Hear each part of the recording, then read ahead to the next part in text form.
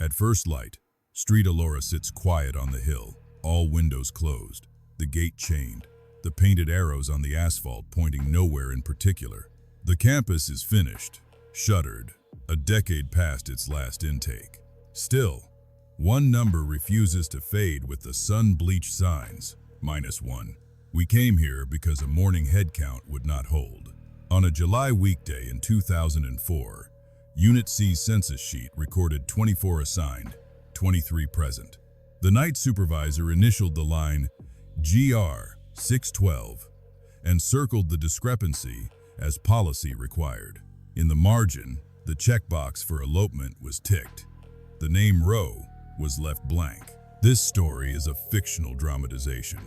All names, institutions, dates, and documents you will hear are invented to examine how systems can fail.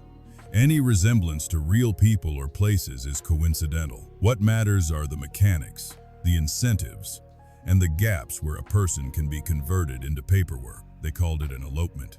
My son never ran.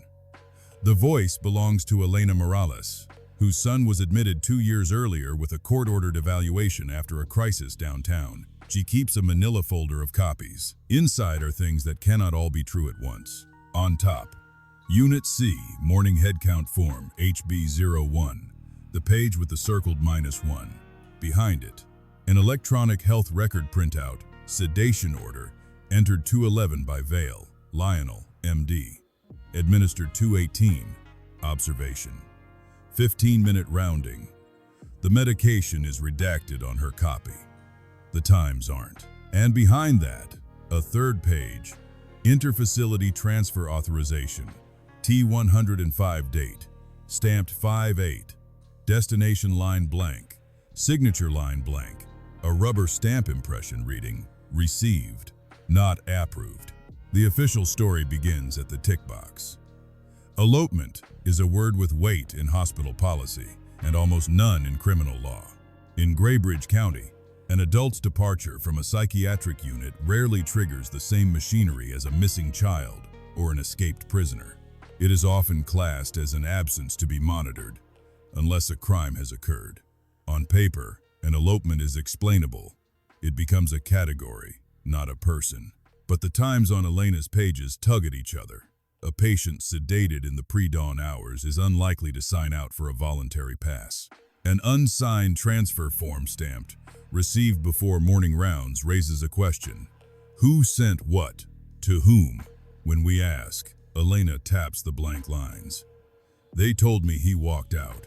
Then why do you need a transfer? In the county archive, the Street Elora boxes are a thrift store mix, loose reams of policies, glossy fundraiser programs, incident logs in carbon paper, a list of emergency phone trees. The keeper hands over a binder labeled Daily Census Logs, 2003-2005. We scroll through the days. Most lines add to 0. A few do not. A penciled note appears in December of 2003. Count reconciled by end of shift. Another, April 2004. UNC sponsor, CT 105. Again, the name box is empty. Our review of these invented files spans the full life of the facility, 1988. Through its 2016 closure, we trace 143 instances where a person was recorded leaving without the standard anchors that create a trail. No accepting facility, no discharge summary, no court order terminating custody, no police case number. Sometimes the term is elopement, sometimes discharge to sponsor. Once, temporary community placement, handwritten over a printed line. The vocabulary shifts, the pattern doesn't. A former intake clerk, recorded on background, remembers what it felt like when a line would not add. You stayed until you found the headband, the initials bracelet, the wrist tag. The form had to balance. A night aide remembers the morning locks. You hear the keys and the radio, and you count. If you're short, you're short. You call it. The rules were clear in the manuals. The practice narrowed where the paper would allow. There is a doctrine inside any bureaucracy that the record defines reality. In Elena's folder, reality resists. The sedation order fixes a human body in a bed at 2:18 under observation. The unsigned transfer pretends a destination. The headcount insists the person is simply gone. Each document is true according to the department that issued it. Together, they cancel one another out and leave behind what a statistician would label a missing value. We ask Graybridge County for the incident report from that day. What arrives is thin, a 2-paragraph narrative, a badge number, the line, "No signs of foul play," and a suggestion that contact be made with area shelters. The report is closed the same day. There is no name, and therefore there is no alert to renew. In the file, the person is already a category. Up the hill, a bronze plaque still thanks Street Elora for being a good neighbor. How did a good neighbor learn to subtract people quietly? The bronze plaque at the gate wasn't alone. Everything about the hill insisted on neighborliness, in print and on stage. In the county archive, we page through glossy brochures. Street, Elora Behavioral Health Campus, 1988, 2016. As a sanctuary of dignity, safety, recovery. A 2009 trifold shows a family walking under maples, a slogan beneath "On the Hill," close to home, and a bullet list of services arranged in reassuring symmetry. Inpatient stabilization, partial hospital, outpatient therapy, community reintegration. The gala programs are meticulous artifacts of belonging. Midsummer Lights, the 13th of June, 2009. Jazz Quartet, Silent Auction, Lavender Centerpieces, grown in our wellness garden. The sponsors page reads like a map of local power banks.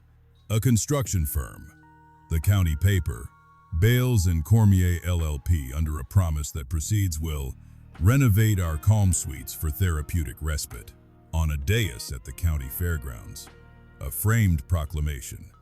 Graybridge County Resolution 09-112, presenting Street Elora the Good Neighbor Award.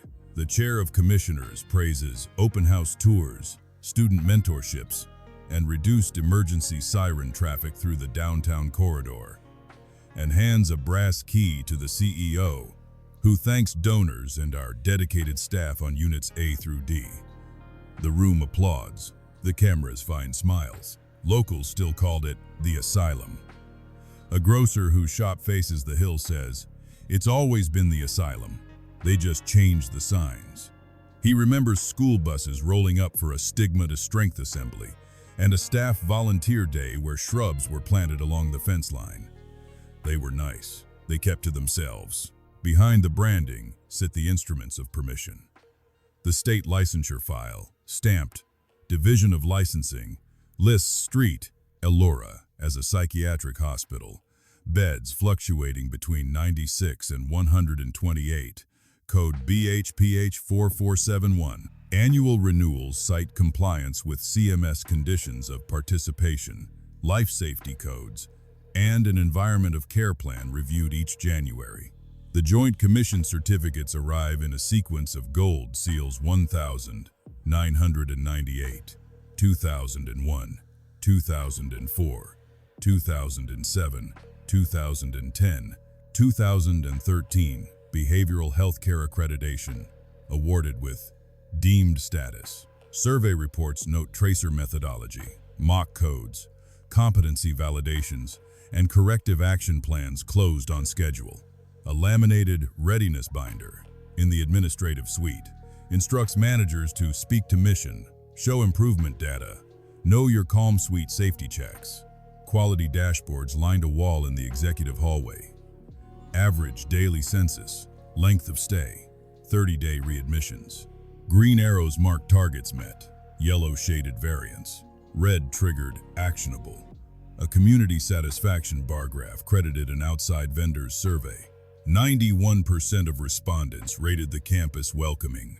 The optics were managerial, crisp, modern. Regulatory binders confirmed the choreography. Emergency management plan signed each March. Hazard vulnerability analysis ranking winter storms and media events. A memorandum of understanding with the Graybridge Sheriff for non-custodial patient transport training. Public safety sits beside public relations. Because neighborliness here is the language of risk management. Language softens the edges that bars and locks cannot. Staff handbooks revised January 2009 strike seclusion room and insert calm suite, with a parenthetical therapeutic low stimulation space followed by bulleted observations and release criteria. A floor plan legend renames the same square room CS1 through CS4. The door hardware is unchanged, but the label promises comfort where control will be exercised. The website, captured in a library web archive in 2011, speaks in the language of best practice, recovery, oriented care, evidence-based interventions, peer support specialists. Photos show sunlit corridors, art therapy, a ribbon cutting for the wellness garden. A page titled Our Values includes a line that reads, "Transparency with our community partners is non-negotiable." Inside the boardroom, the tone shifts from aspiration to arithmetic. Minutes from the Operations and Compliance Committee, the 14th of May, 2009, list census targets, payer mix, and a bulleted initiative, Project Rook Pilot. Align utilization with survey readiness. Reduce variance ahead of Q3. No definition of Rook appears in the attached glossary. We find Rook twice more. The 6th of August 2009. Rook Go. Live on C Unit. Report variances weekly. The 18th of November 2009. Rook expansion deferred. Continue Bluebird drills. The public-facing materials from that season, the gala speech, the newsletter, the local paper's health insert mention none of it. A former volunteer smiles at a photo of a spring cleanup. We planted lavender with the patients by the fence. They were proud of the garden. She never heard of Rook or Bluebird. The neighbor at the grocery still calls it the asylum. The county resolution calls it a partner. The licensure file calls it compliant. Which version decides the truth? Institutions wear language like lacquer. It protects and it hardens. The brochures praise calm. The handbooks rename control. And the certificates confer an authority that audiences are trained to trust. Yet the board's chess piece appears briefly and then vanishes from the stage. If the Hill worked so hard to be a good neighbor, why did Rook go live in Q3 and step off the public page? The crack shows up in the smallest phrase, left on pass, sponsor unknown. It sits in a neat row on a census sheet and pretends neutrality. It is the first line Elena Morales reads out loud without finishing. Daniel was admitted in 2002 after a court ordered an evaluation. The order and the intake both mark him as an adult with no guardian. On a July morning in 2004, Unit C's headcount shows 24 assigned, 23 present, initials GR 612, the discrepancy circled. The name field is empty. Under disposition, a box is ticked. Elopement. Passes at Street Elora were governed by Policy CL Wits 77.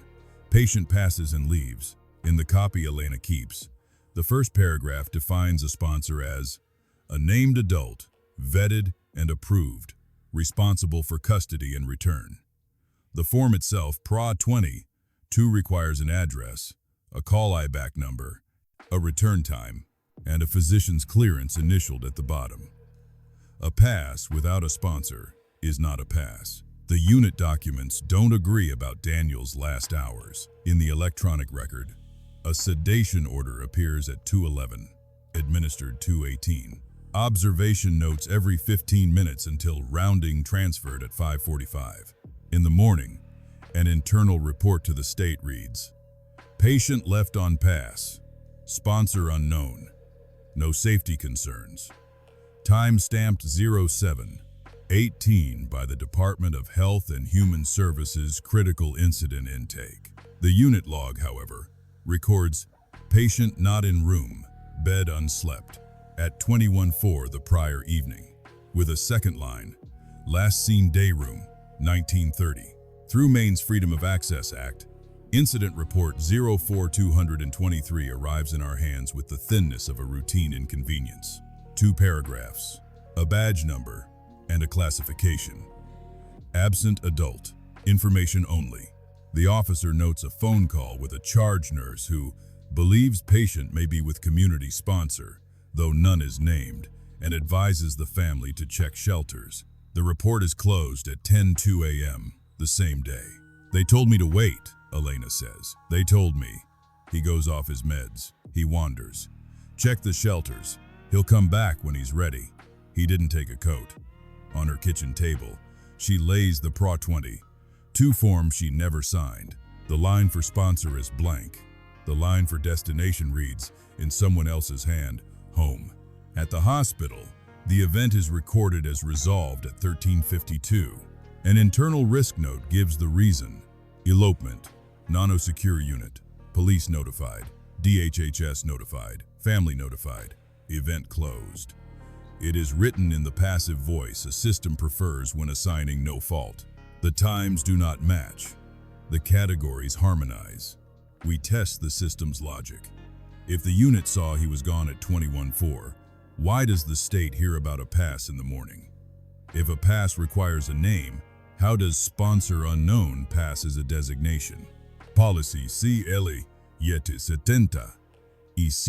offers no exception. The only permissible unknown is weather. A Graybridge officer, retired now, remembers the call without names. If we had a child or someone with a protection order, sure, you turn the switches. But an adult, not under criminal hold, with mental health history, that's an absent.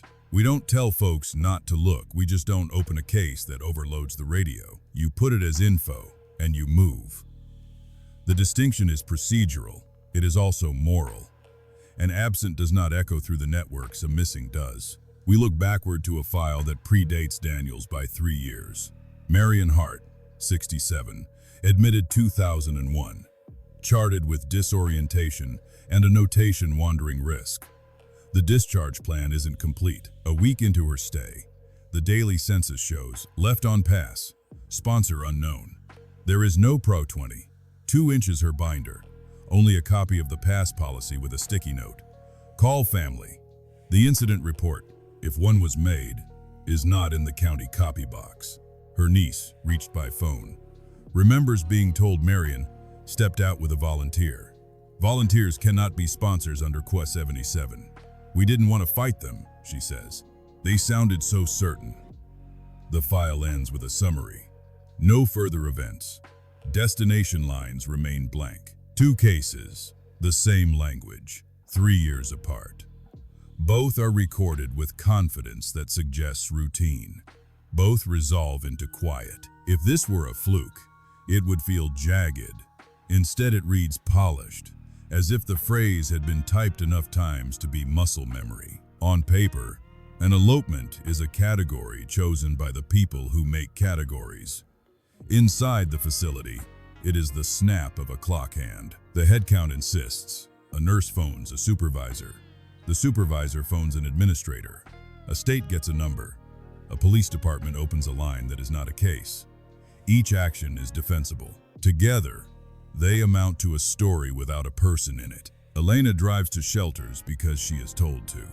A shelter manager tells her they don't give out bed lists. She tapes a photo to a corkboard. She calls the campus switchboard. The operator can no longer transfer to Unit C. She can take a message. When Elena asks for the pass policy, she is told to contact medical records.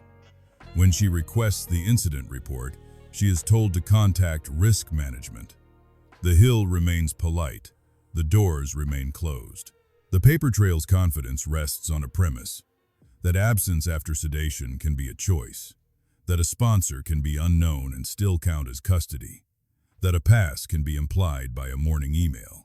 The documents align only if you accept the most forgiving version of every line. In the unit log, a final entry for that date. Per admin, document as pass. Continue routine. 2 initials follow JN. A later addendum adds 3 more letters. CC, AP. Whose hands wrote those letters? And why would an accountant's initials appear at the bottom of a patient's vanishing? The initials pointed us to finance. AP belonged to Armand Patel, a quiet accountant who joined Street Elora's business office in 2003 and became chief financial officer in 2008. He tells us he never wrote on a chart. He was copied on them. The census is the hospital's heartbeat, he says. You watch it like a cardiogram. If it spikes, you explain it. If it dips, you explain it faster. From a thumb drive, Patel opens Census Summary 2012 Q2 XLSX. Rows list units by week with discharge types. Routine, AMA, transfer, and a gray column he added category Z. NMI, no medical indication. Discharge, Z runs flat, climbs in late June, drops to 0 the week a Joint Commission team walks the halls, then rises after they leave. I built Z, he says. It wasn't standard. It was an internal bucket for cases where, on paper, care lacked medical necessity, NMI. The idea was to hold them aside, settle authorizations, reconcile when placement confirmed. He taps a yellow cell. You see the rhythm. Before a survey or payer audit, Z spikes. We'd right-size the census. Category Z appears nowhere in policy CL 177 or the discharge manual. It lives in spreadsheets and risk emails. In one dated the 23rd of June 2012, an operations manager writes, align utilization with anticipated tracer window. Reduce loss outliers. Move new MEM to community partners. No partners are listed. When we ask about the initials AP on a 2004 addendum, he nods. I got copied when events threatened census stability, he says. You want one version of the truth before surveyors arrive. The language gets careful. Jared Nkomo spent 8 years on nights. A contract security officer with a radio on his shoulder and a ring of keys. He recognizes a different set of initials in the unit logs. J.N. Those are mine, he says. You sign when you stand a post. You sign when you clear a hall. What's Bluebird? We ask. He glances at his hands. Radio code. Bluebird means quiet discharge in progress, he says. Security sweeps the service corridor, props a fire door, keeps an elevator ready. No codes, no lights. Nobody calls the front desk. If someone asks, it's maintenance. He adds he never escorted a patient. We were told not to ask who the move was for. Patel stiffens at the word. Bluebird was not finance. That's operations, he says. But he admits the code sat beside a larger push, Rook. In board minutes, Rook aligns utilization with survey readiness. Emails echo the same demand. Think of it as chess, Patel says. You move to protect your king, the accreditation. Institutions also leave traces they didn't mean to save. An archivist we work with, Marta Klein, follows a rumor to an estate auction for a retired night supervisor. In a box of uniforms and a badge reel sits a cloth notebook with red stitching along the spine. On its cover, Night Log, CD Units, 2009, 2010. Inside, the handwriting is compact, precise, each entry ending with initials and a time. Most pages mark routine. Rounds complete, doors secure, fall mats in place. But a phrase repeats across several weeks that summer. Bluebird 2 complete. On July 2, a fuller line appears. Bluebird 2 complete. Angels 5 short. Fob left in vault. Angels is not a term in any policy we can find. In staff slang, it can mean patients on one-to-one observation, sometimes called angel watch. It can also, Jared says, mean the ones you watch extra close. Vault, capitalized, is equally ambiguous. Patel remembers a locked cabinet in administration. Security used vault for a basement locker where key fobs were turned in at shift's end. We cross-check the dates. The night log's Bluebird entries pair with days when public dashboards list census stable and the executive calendar shows JC readiness huddle. The official shift notes for those nights record nothing unusual beyond quiet. The ledger is not a formal record. It is quieter and, in its way, louder. We show Patel the red-stitched book. He studies the ink like it might smear. I never saw this, he says. But I recognize the cadence complete, short, left. That's operations language. He hesitates. If a discharge lacked medical indication, finance would argue with utilization review. If a bluebird closed a variance, it meant someone had decided to move the number first and justify later. Jared considers the same line and shrugs. You could clear a hallway without anyone noticing, he says. If you change the words, people stop asking. His radio code survives in the margins of a notebook. Patel's Category Z survives in a spreadsheet. When an institution invents its own language, it isn't vocabulary, it's a map of what it needs you not to see. What happens when we lay Bluebird and Z across the survey calendar and the quarter's end? Overlay the numbers and the story stops behaving like chance. That is Eleanor Pike's rule. She is a forensic accountant who reads institutions the way botanists read tree rings. Disturbances record themselves, if you know where to look. Pike begins with 3 stacks: the daily census and incident logs from 1988 to 2016, the state's DHHS survey calendars, and Joint Commission accreditation cycles, and Street, Elora's board packets with payer mix, quarter ends, and utilization targets. She adds a 4th, courtesy of Armand Patel Category Z, NMI discharges, and a 5th, from the red stitch night log Bluebird entries. On a wall of craft paper, she pins years end to end and threads them with colored string. Random noise doesn't cue, she says. If you see consistent clustering against external events, you're not looking at coincidence anymore. You're looking at design. Across 28 years, the phrase "left on pass, sponsor unknown" surfaces in 143 entries. Add in temporary community placement and discharge to sponsor without a name, and the pattern broadens. Pike overlays DHHS survey windows unannounced within a month, but always bounded by a letter and the week before a Joint Commission visit. In 12 of 14 accreditation cycles, elopement-coded events spike 3 to 10 days prior to surveyors arriving on campus. In DHHS years, the same rise precedes state teams by a handful of business days. The spikes fall away the week of, then return on the far side of the exit conference. She runs a simple measure of association and shrugs at the math. You don't need an algorithm for this, she says. The eye is enough. The exceptions prove the rule. When winter storms move a survey, the spike moves with it. Quarter ends tell a second story. Street Elora billed largely per diem. Medicaid dominant, Medicare secondary, commercial and self-pay forming a tail. Board packets list payer mix like a weather report. Medicaid 62%, Medicare 18%, commercial 15%, self 5%, and flag length of stay outliers as a risk to cash.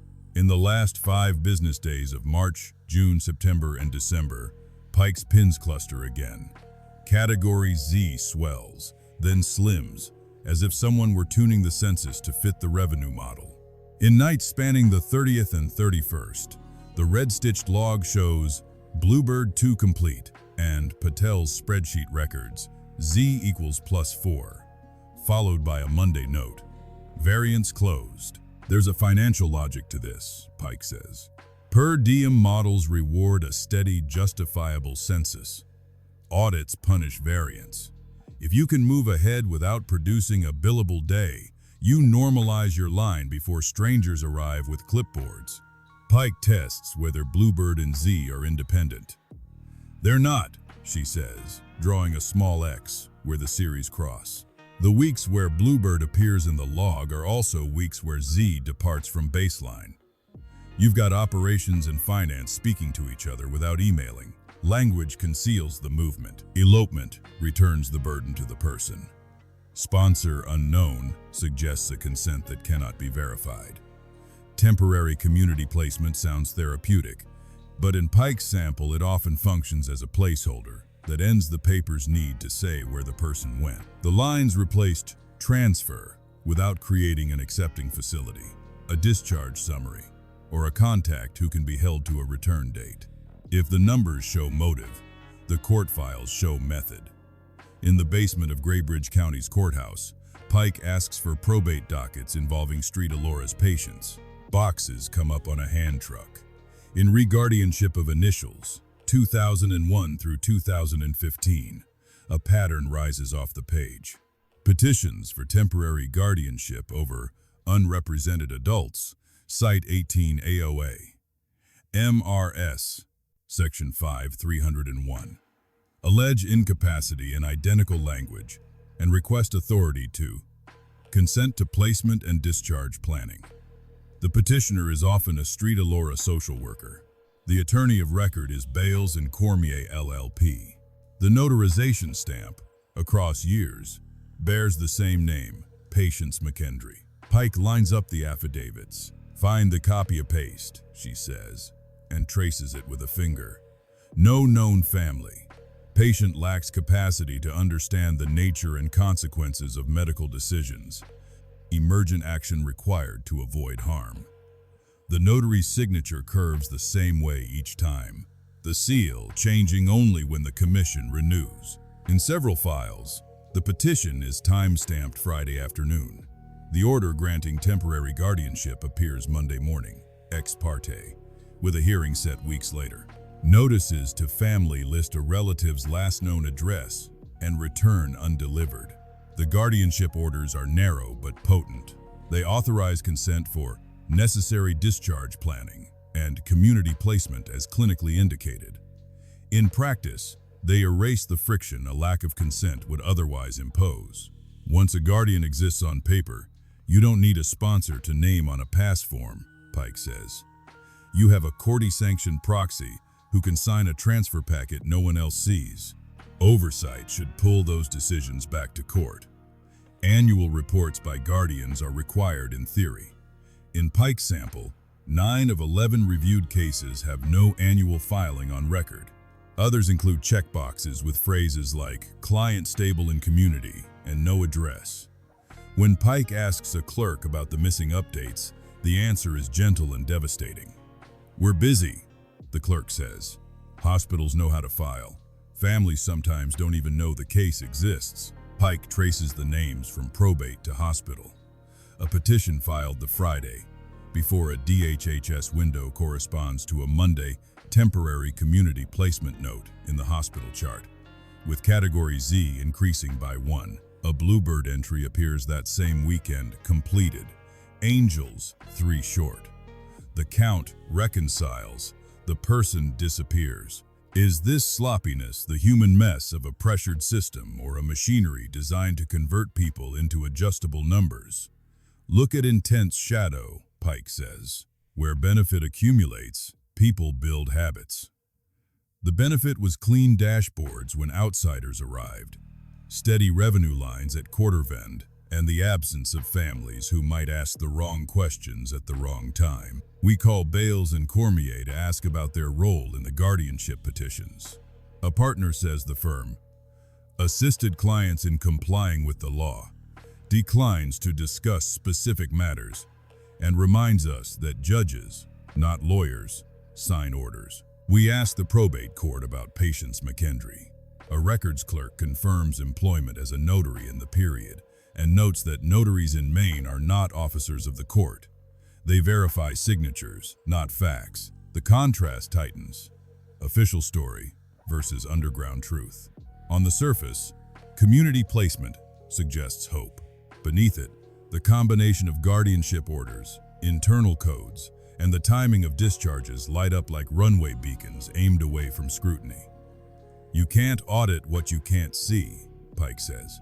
You can't see what no one is required to report. We follow her finger to a cluster of cases labeled temporary community placement with no address. The hospital chart says the guardian consented. The probate file names no accepting facility. The family file contains voicemails asking where to visit and notes reading call risk management. Numbers align, people do not. If the pattern is design, it must leave more than math.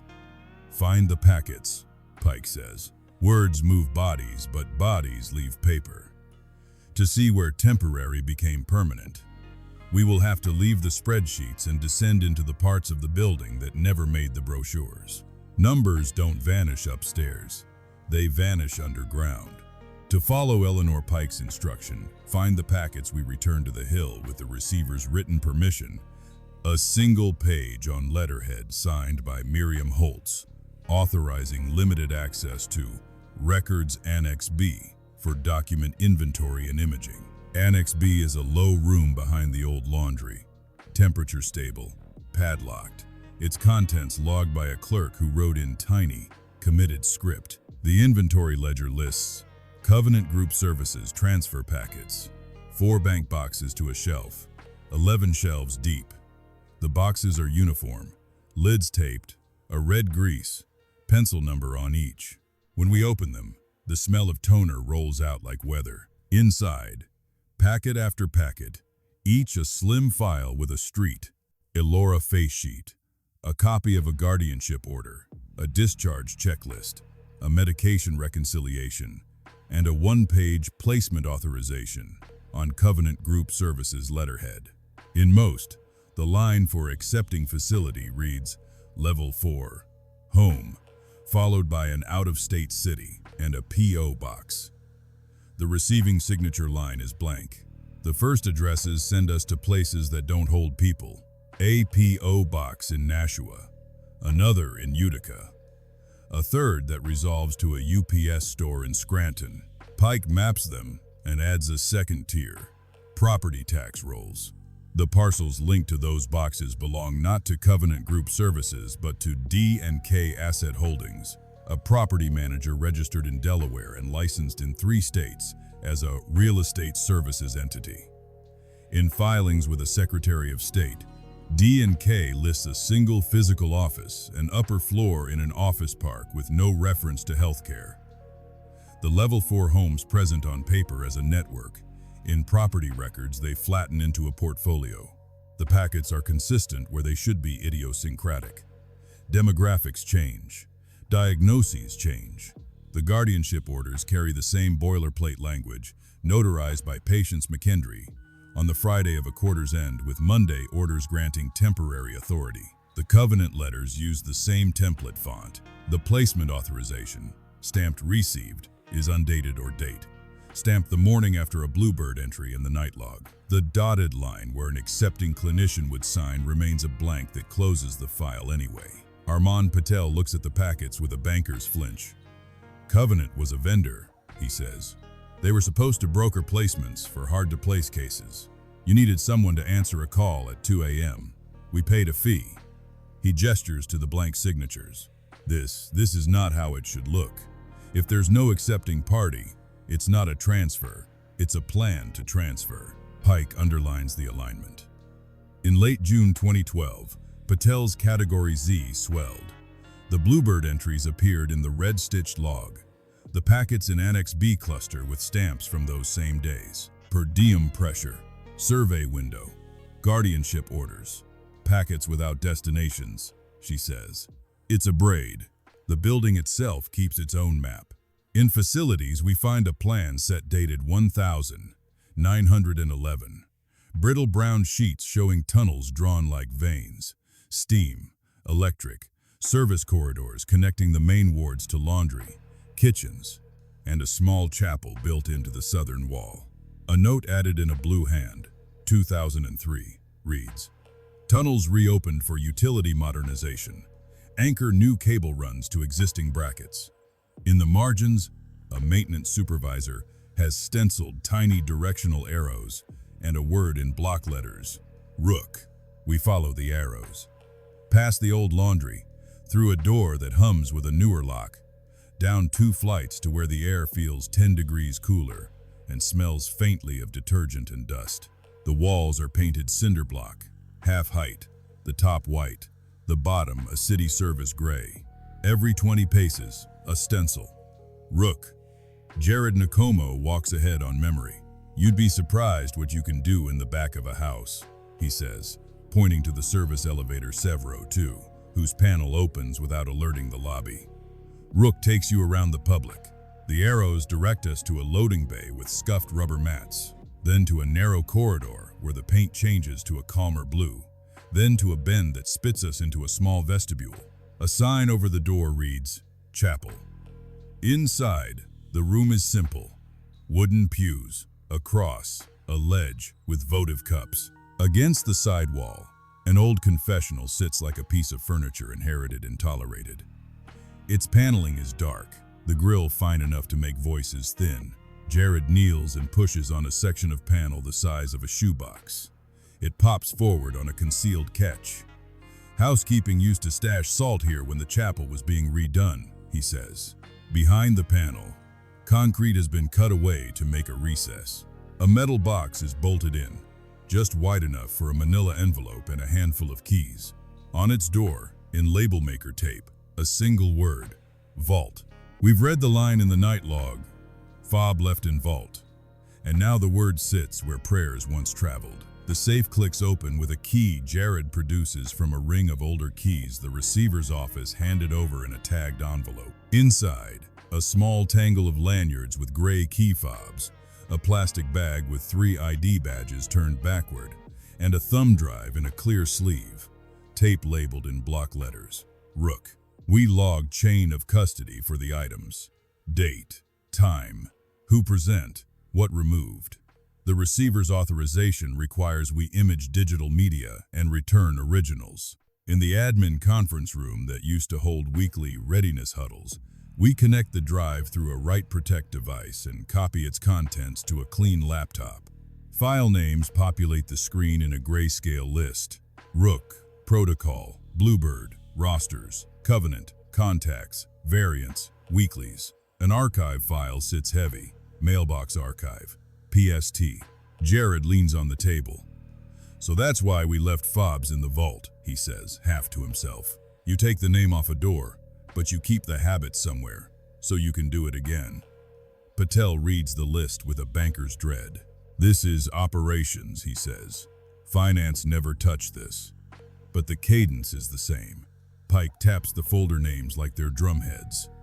"You hide a drive in a chapel because nobody audits a chapel," she says.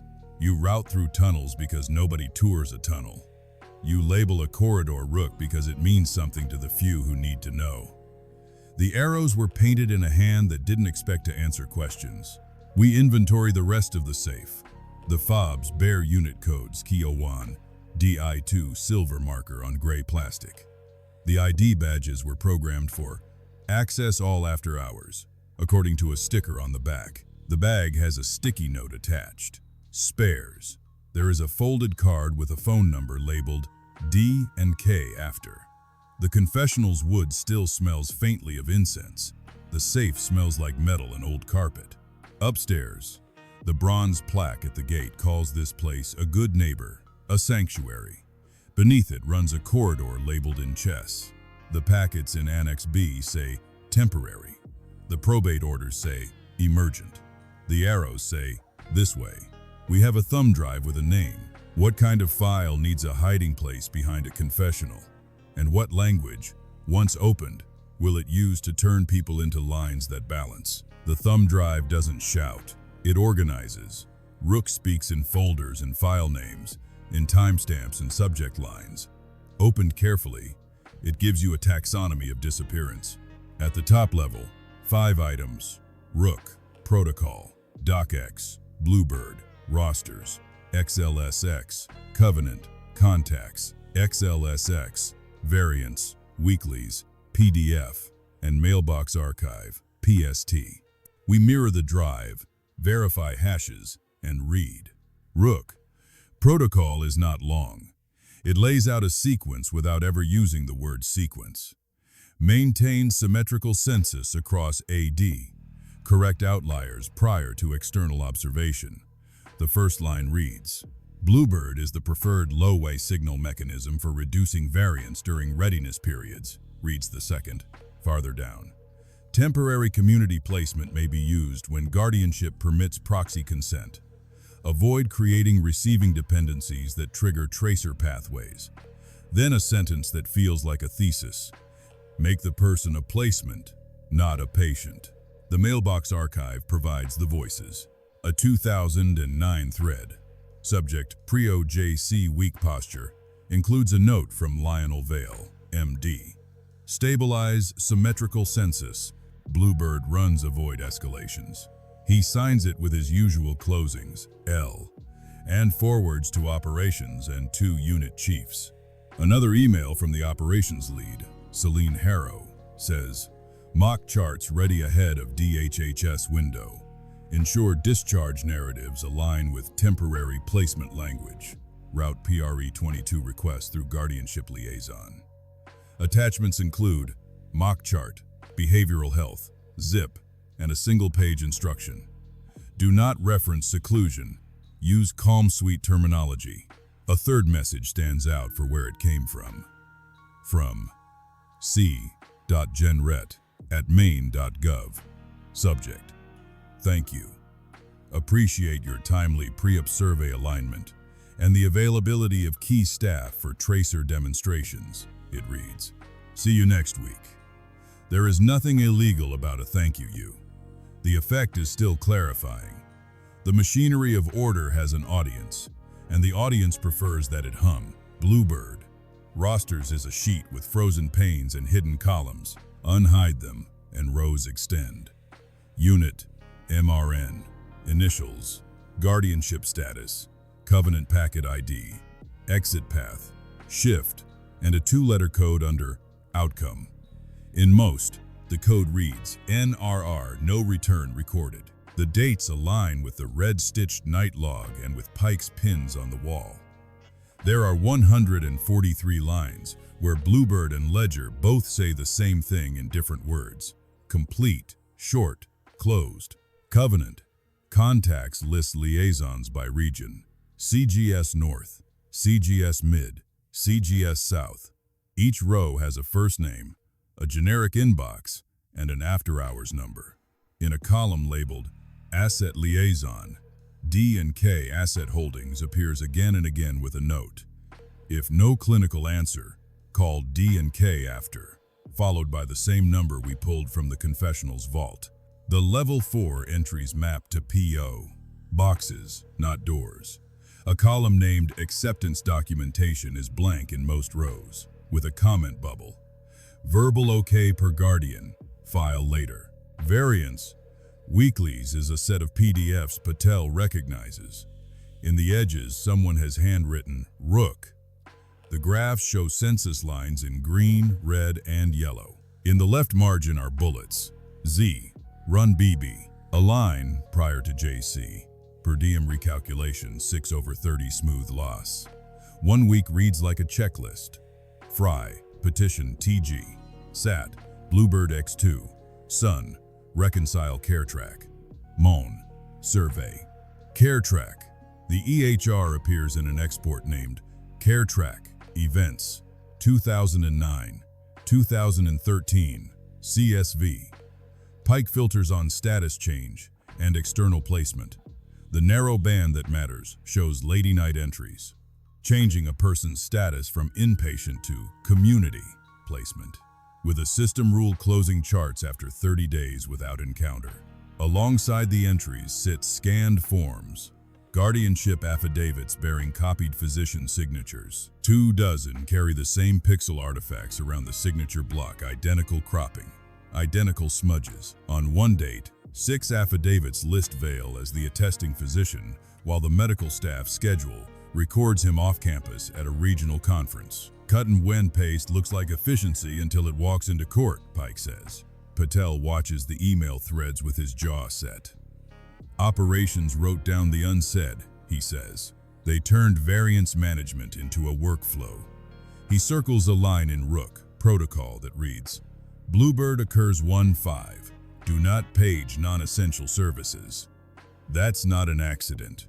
That's designed to look like sleep, he says. Jared and Como is quiet until we show him the rosters. We never said names on the radio, he says. Here they are. Initials, fob numbers, exit paths, SEUA2, South Corridor, Chapel Vestibule. He points to a comment cell. No front desk entry. He looks at the NRR column and shakes his head. You bring someone out like that and nobody signs for them. Who catches them on the other side? Eleanor Pike begins matching packet IDs to dates. This line DM0402 corresponds to a Bluebird roster entry in July 2004, she says. It references Covenant Packet CGS 119, which sits in Annex B with the accepting box blank and a PO box in Nashua. The CareTrack export shows a status change at 5/6. A DHHS incident intake reads, left on pass, sponsor unknown at 7:18. 3 systems, she says, each speaking a piece that makes sense alone. Vendor contracts sit in a folder named CGS, Master, 2009, PDF, and CGS, Amend, 2011, PDF. Covenant's role is defined in hedge nouns: coordination, facilitation, temporary placement sourcing. Clinical care is disclaimed. One clause authorizes CGS to utilize affiliated property management as placement host on an interim basis, naming D&K as a preferred affiliate. Reporting back to the hospital is not required if client transitions to independent tenancy. In margins, a note in a different hand. No tracer when tenancy. We look for return receipts. There aren't any. In an email titled, Post-Run Reconciliation, Harrow writes, mock charts ready. CareTrack status updated. Packet placed Annex B. Thank you for a smooth weekend.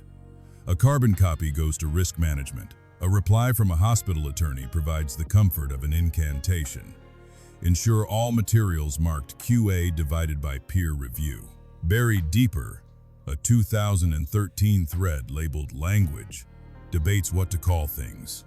A nurse manager suggests replacing elopement with left unit unaccompanied. A risk officer counters, use temporary community placement where clinically indicated. Vale writes, avoid loaded terms. Goal is stability. It reads like a writing workshop where the stakes are people. We call the after-hours number in Covenant contacts. A voicemail answers, you've reached D&K Asset Holdings after-hours support. Please leave a property address or unit number. No clinical titles, no on-call nurse. We call a CGS South coordinator. The line rings and routes to another recording. Mailbox full. The materials on the drive do not show a person leaving a bed or walking a corridor. They show thought, preparation, and habit. They show how a discharge becomes a spreadsheet entry, that becomes a status change, that becomes an absence. They cross-reference the red-stitched ledger's Bluebird 2 complete with a protocol that tells you when to fly and who should be awake to watch. Pike steps back from the table. If your doctrine is make the person a placement, not a patient, the system will comply, she says. It will change nouns until the oversight that follows patients loses track, and then there's nothing to pull on. We hold one more email, tagged, Legal Hold Rook. Please retain all Rook-related communications and rosters pending external inquiry, it reads. Dated days after a storm peels shingles from Unit D, and the news points a camera toward the hill. Someone knew the language might have to stand under oath. When the person becomes a placement on paper, who counts them in the world that isn't paper? After the line moves, after the Bluebird runs and the CareTrack status changes, where do the 143 go? And who was ever meant to bring them back? The end came as weather and paperwork. In March 2016, a storm tore shingles from Unit D and drove rain through seams the age of the building had started to confess. Sprinklers ruptured, corridors filled ankle deep. A temporary closure notice went to the state by fax, and a bus carried a handful of patients down the hill to overflow beds at a sister facility 2 counties away. On the same week's letterhead, another envelope arrived, this one from a federal program integrity contractor, flagging billing irregularities associated with length of stay outliers and condition code usage. Within days, the board petitioned Superior Court for receivership, arguing that damage to the plant and external inquiries had put continued operation beyond its capacity to manage. The case file shows a judge appointing attorney Miriam Holtz as receiver with broad authority.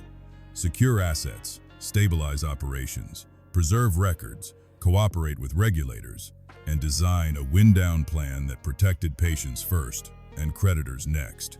The language is emergency laws, swift, sterile, designed to move an institution from chaos to spreadsheet. Holtz's first act was to lock the doors and inventory, what the Hill called its memory.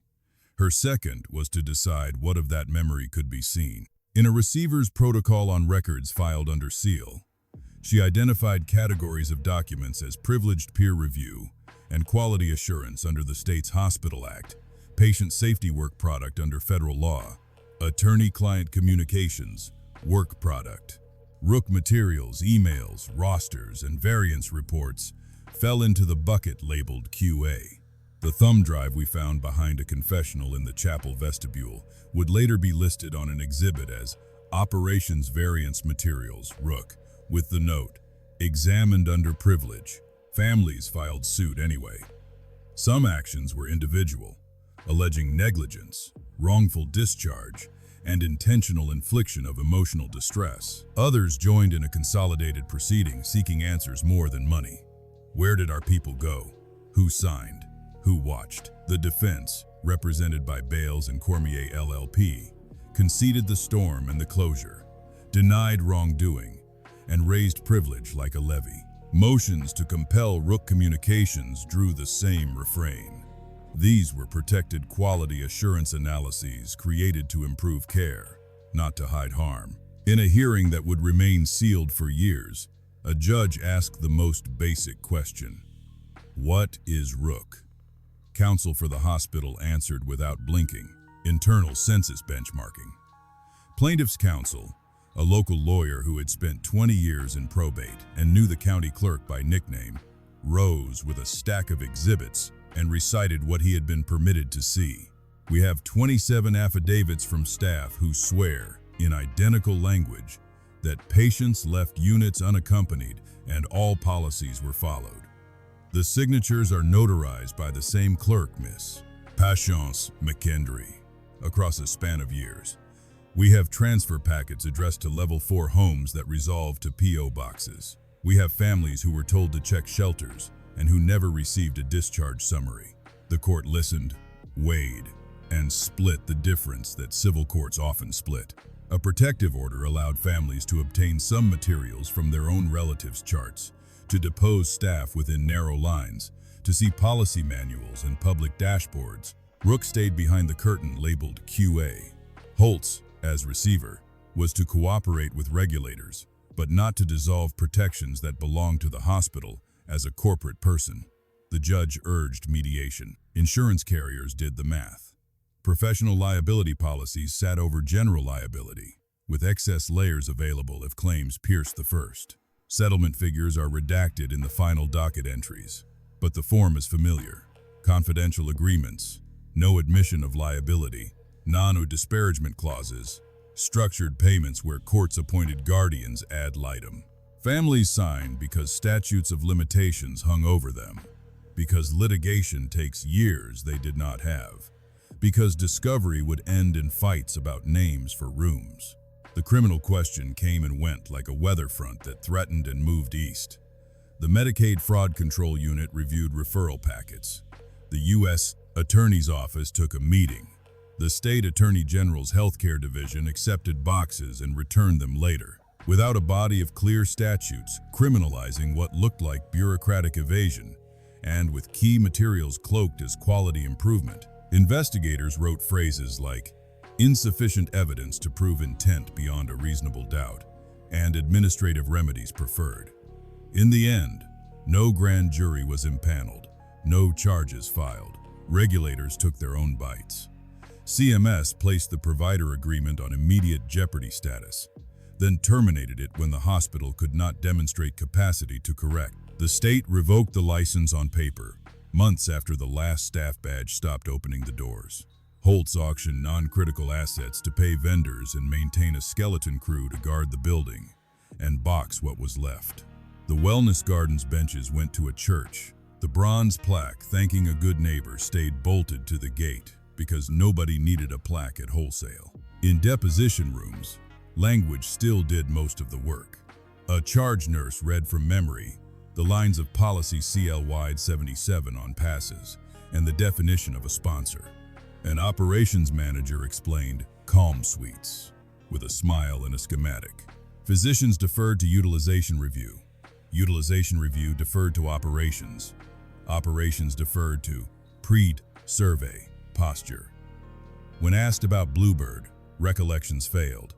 When asked about Rook, counsel objected and instructed the witness not to answer on grounds of privilege. A motion in limine kept mention of the federal program integrity inquiry from juries that never got seated because settlement came first. Another motion excluded reference to Covenant Group Services contracts as unduly prejudicial. In the small oxygen of permitted questions, plaintiff's counsel returned again and again to the phrase, "sponsor unknown."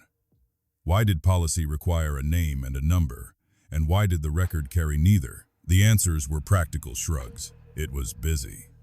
We believed a guardian had consented. Risk management handled notifications. Holtz would later tell us that receivership is an ethic of triage. "You come in after a storm," she said, "and your job is to keep what can be kept and dispose of what must be disposed. You are not the court of history." She declined to discuss Rook on the record, citing standing orders that extended beyond the life of the campus.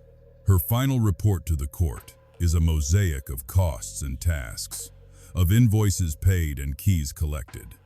The section titled Records spans 2 pages and lists categories, not stories. Law wants elements and proof.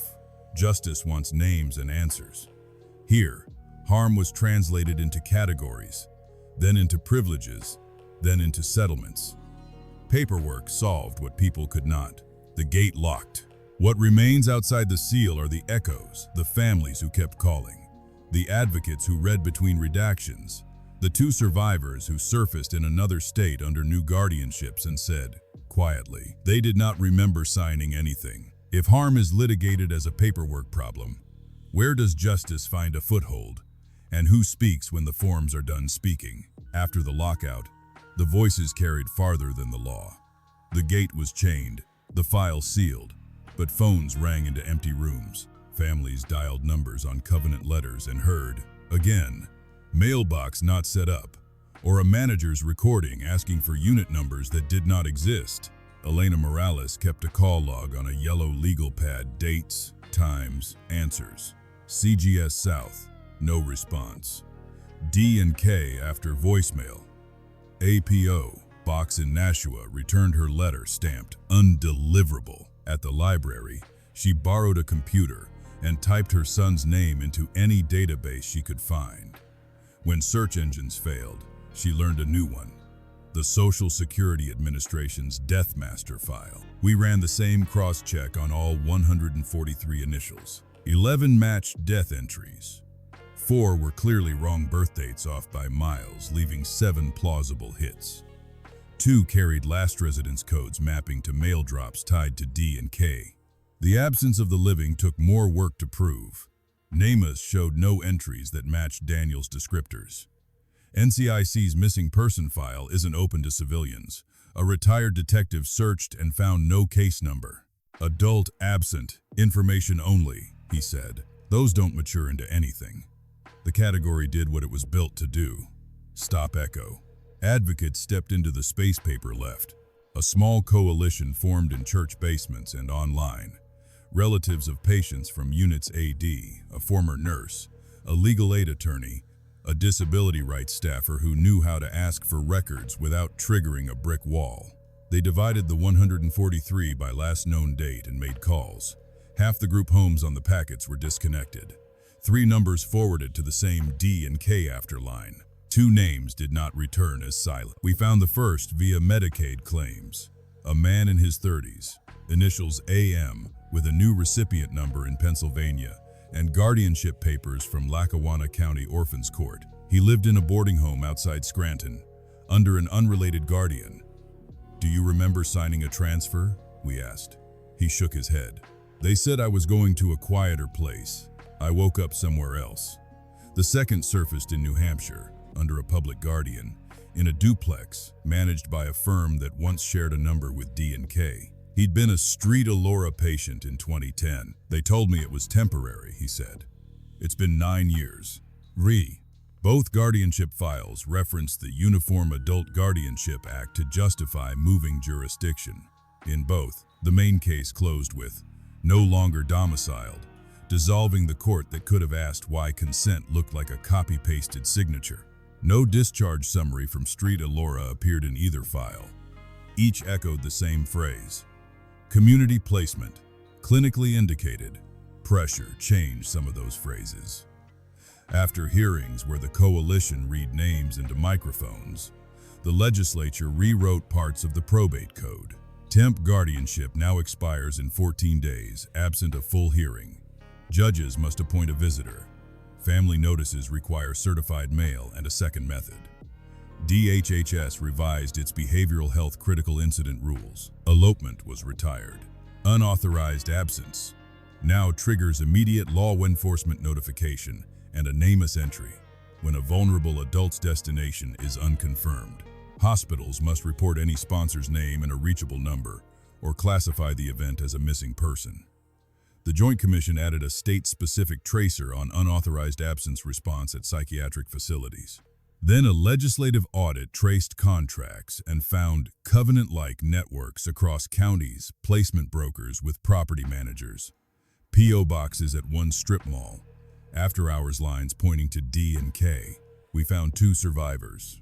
Reforms came, but numbers still persist. How many good neighbors hide the same math? Before we leave the hill, a final clarity. This film is a fictional dramatization assembled from invented records and composite voices, designed to examine incentives and blind spots in modern mental health systems. Any resemblance to real people, places, or events is coincidental. We are not alleging misconduct by actual institutions or individuals. What remains true beyond our fiction is the tension we traced. The ease with which paper can outrun people. The way respectable facades can shelter quietly corrosive habits. How law can be satisfied, while justice stays unsatisfied. The lesson is not to fear hospitals, courts, or auditors, but to scrutinize the structures that reward tidy numbers over verifiable outcomes. If this story touches your lived world, the next steps belong to safe, lawful channels, not to vigilantes. Do not trespass at facilities. Do not harass staff or former patients. Do not attempt your own searches or confrontations. Lives are fragile around locked doors. Stigma multiplies harm. Credible resources exist and deserve support. For mental health advocacy and family education, contact NAMI or your national equivalent. For disability rights, reach out to your country's protection and advocacy network or comparable watchdogs. For missing persons response, use official hotlines through local police. In the United States, NamUs can be requested by law enforcement. For questions about guardianship, seek legal aid clinics, elder law or disability law services, and court-appointed visitor programs. For document transparency, your state or National Public Records Office, FOIA divided by FOIA divided by RTI, can explain lawful requests and appeal routes. If you work inside systems like these as clinician, clerk, guard, auditor, ethical reporting channels matter. Most jurisdictions protect good faith whistleblowers. Most hospitals maintain confidential compliance hotlines. Many professional colleges and ombuds offices can guide you without exposing patients to further risk. Reform is a cumulative act, not a spectacular one. We owe the uncounted more than solemn words. We owe them better math metrics that follow people, not just beds. Audits that trace outcomes, not only averages. Guardianship rules that presume capacity and require proof, not boilerplate. Incident reporting that names obligations, not euphemisms. We owe families clear notice, real phone numbers, and the dignity of an answer. Would you start with procurement that rewards real placements, with oversight that follows guardians across state lines, with data that cannot be staged, or with language that refuses to make human beings into categories? If we accept that law and ledgers can diverge from justice, which system would you redesign first?